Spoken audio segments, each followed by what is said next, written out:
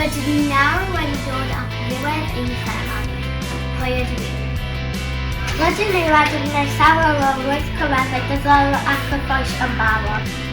Ni wedi dysgu sut i bod yn unigolion iach a hyderus. Yn dinasyddion egwyddorol a gwybodaeth. Ac yn gyfranwyr, mentrus a chreadigol.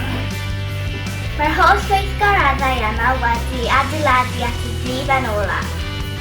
Dysgwyr, isagu llwg a garllenog. Bydd yn cyflawni nifer o heriau yn ei dosbarth, a gwaith ymchwilio, leiniadau a datrys problemau. Bydd yn cystadlaethau manwl gan bai yn yr egwyddor. A chystadlaethau fel gwyddiau. Ymunwch ar gweithgareddau yn y tŷ. A chofio i roi eich hunain